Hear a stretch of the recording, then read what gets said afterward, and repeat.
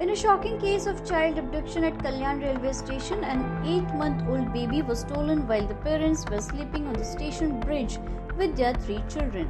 The entire incident was captured on CCTV cameras. Acting swiftly, a joint team of the Kalyan Railway Police and Mahatma Phule Police Station launched an immediate investigation and arrested the accused within just 6 hours.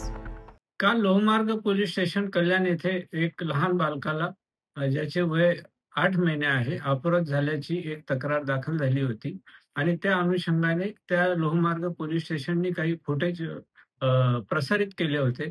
तर आमचे police हवालदार MFCचे सोनवणे हे आहे.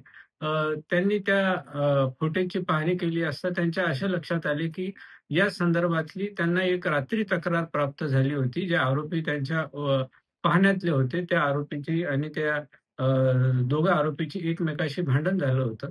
ती तक्रार त्यांनी handle केली होती. तर त्यांना ते दोघंही त्या तक्रारीतले ओळखीचे वाटले. म्हणून त्या माहितीची त्यांनी शहानिशा केली असता, ती माहिती त्यांनी त्यांच्या वरिष्ठ पोलीस निरीक्षक परदेशी साहेबांना दिली. त्यांनी विशेष पथक तयार केले आणि हे दोघंही पथक जी तक्रार त्यांना प्राप्त रात्री झाली होती मारामारीची किंवा बोलाचालीची, त्या अनुषंगाने त्यांना त्या आरोपीच्या घरांची माहिती होती.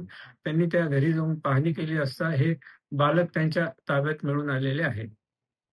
आणि मग हे बालक त्यांनी ताब्यात घेऊन त्याला सुखरूप सुटका केलेली आहे आणि त्यांच्या नातेवाईकाच्या आणि रेल्वे पोलिसांच्या ताब्यात देण्यात आलेले आहे.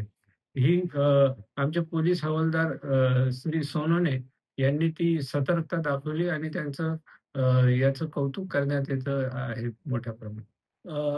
ह्या दोघं आरोपीची एक महिला आरोपी आहे, तिचं नाव सविता खरे आहे आणि जो पुरुष आरोपी आहे त्याचं नाव